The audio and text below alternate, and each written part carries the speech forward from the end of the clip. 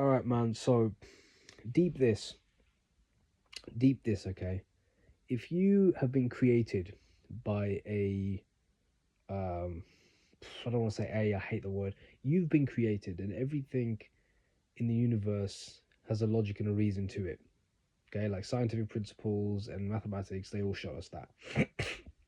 And everything has a logic to it, and everything has a design to it, and everything has an intelligence to it, right? And even today, we're looking at atoms, and we're looking at consciousness, and we're looking at sentience, and it turns out everything is pretty much sentient, right? To some degree, everything has a consciousness, everything has a degree of consciousness to it. I mean, it blows my mind, but that means everything is technically alive. And there's just different degrees of lifeness, but realistically, everything is therefore sacred. So anyway, the universe has been created. Okay, everything in the universe is teeming with life. It's beautiful. Everything has a purpose. Okay, and you've got a purpose to do what is right, or to do what you're supposed to do. Okay, which is the truth. Do your truth. Live according to your truth. Okay, not the truth you make up. Because I can make up a truth and it's not necessarily the truth. I can rationalize it and I can convince myself, but it will never be right. It's not the truth. Okay, it will fall apart. I have to work to keep it a truth. I have to work to keep it alive. I'm going to lie to myself. You don't want to lie to yourself. So, worshipping God comes in the form of worshipping truth. Truth and God are the same thing. There's no difference between the two. God, I don't like using that word, because the word puts images in your mind of a God that you're worshipping to that's looking out for me, and he's gonna judge me. No, cause and effect judges you, bro. Like, cause and effect judges you. Your actions have consequences. That's gonna judge you, right? Even the Quran says that you, something along the lines of the consequences of your labors, or something like that. I'll try and find the actual surah at some point. I won't do it now. I've got my Quran next to me, but I can't be asked to go through it. Point is, it will actually say, like, you will be judged according to the consequences of your labors. What the hell's that about, right? Well, that means you're going to get judged according to your actions. That's science. That's just science. Like, that's just a fact. There's no dogma. There's no, it's a law of reality. And the way you worship God, I don't like that word, but the way you worship, purpose, truth, is by doing the right thing. Righteousness. That's what righteousness is. That's what it means. And when you don't do what is right, what you know to be truth, what you know to be correct, and it doesn't take the convincing of your conscience to make it go away, right?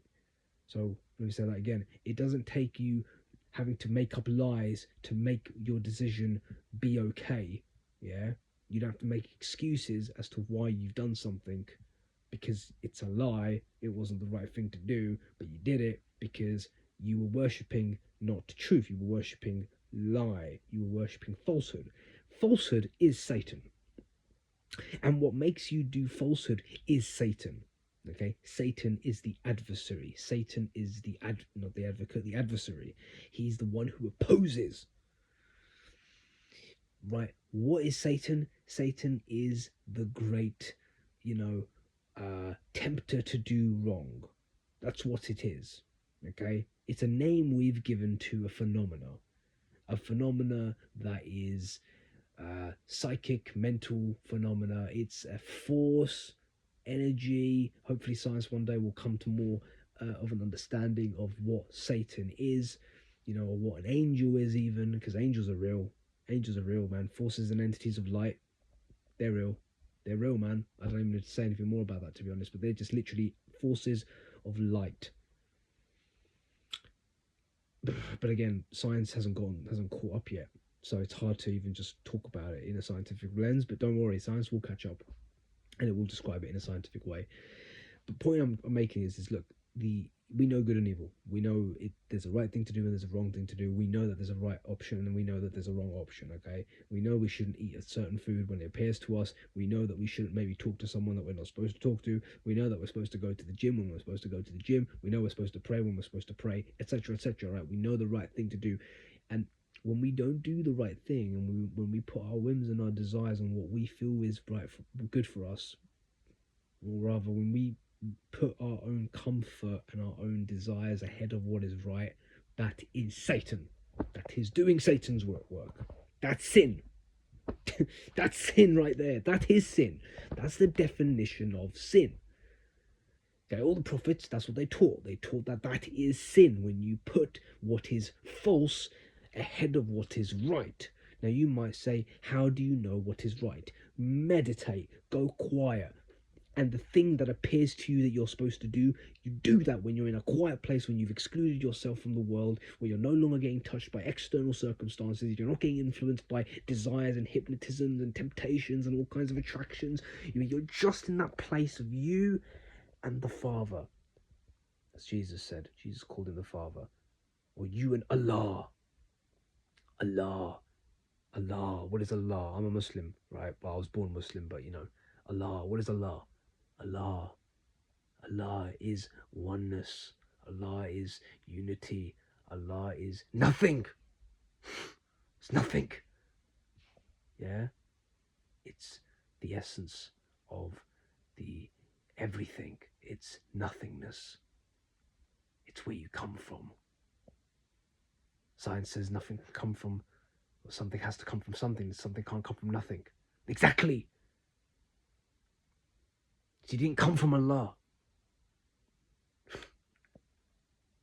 We don't know where you are, but Allah is the one that guides us all. Allah. The Force. Same thing. The Force. The Father. The Great Spirit. Any conception you have will be destroyed of him, because it's a false idol. Because you can't conceive of him. So the only thing you can do is be humble. That's all you can do. That's all you can do when it comes to the presence and the worship of God, is to be humble. Because you don't know.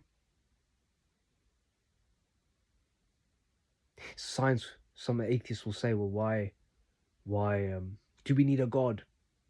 Why do we need a God then, when we don't know the answers? Why do we need a God? You don't need a God, you're right. You don't need a God. You just need to do what's right, and you need to do the truth. That's it. That's it. That's the truth. You don't need a God.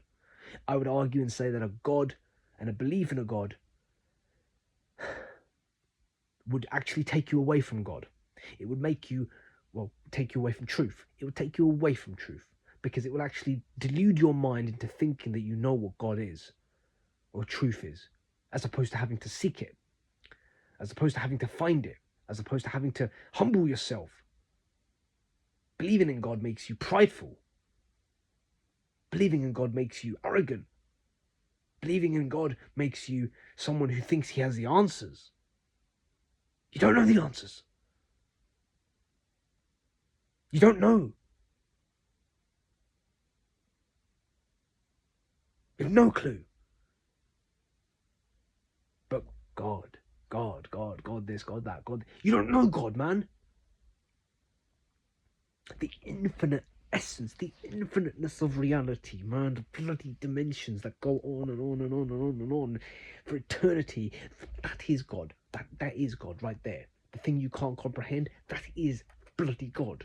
But the thing is, that's what it is. You leave it at that. You don't talk about it anymore. You don't mention it anymore. You don't try and understand it, because your brain can't do it. It's not meant to. All you do is get focused on living a good life. That's it. Get focused on living a good life and do what's right and do the good things, man, in this life. That's it. That's all you need to care about. And now some Christian's going to get up and say, well, you good deeds, and it's not faith by works. It's not faith by... You fool. That's what you are. You're a fool. I'm sorry, but you've lost the bloody plot. Oh, God said this. God said this. God said that. No, your book said that. That was written by human bloody beings.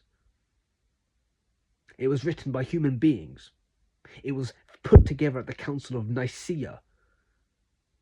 Your Bible was put together by people at the Council of Nicaea who decided what books were going to be in that book so that they could publish it to the mass populace so that they could all submit to the church authorities. That was the number one polity in the damn world now. That's what it is. That's what the Bible is. Okay? I read the Bible, by the way, because I love Jesus. Because in Islam, Jesus is a prophet. He's a prophet. Of course he's a prophet. What else is he? He came down and he spoke the bloody truth. He said, you Jewish people, you're worshipping the wrong God.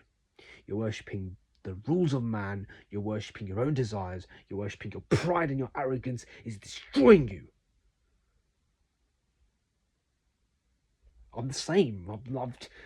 I'm part of the same tradition, mate. I'm part of the same tradition. I'm in the same boat. I've been a religious person my whole life, right? But I've been seeking the truth, and every time I fall into a lie, thank God, thank Allah that the thank the mechanisms of the universe, thank the systems that make this thing be what it is. Thank the Creator, the infiniteness, the essence, any of it. Thank it.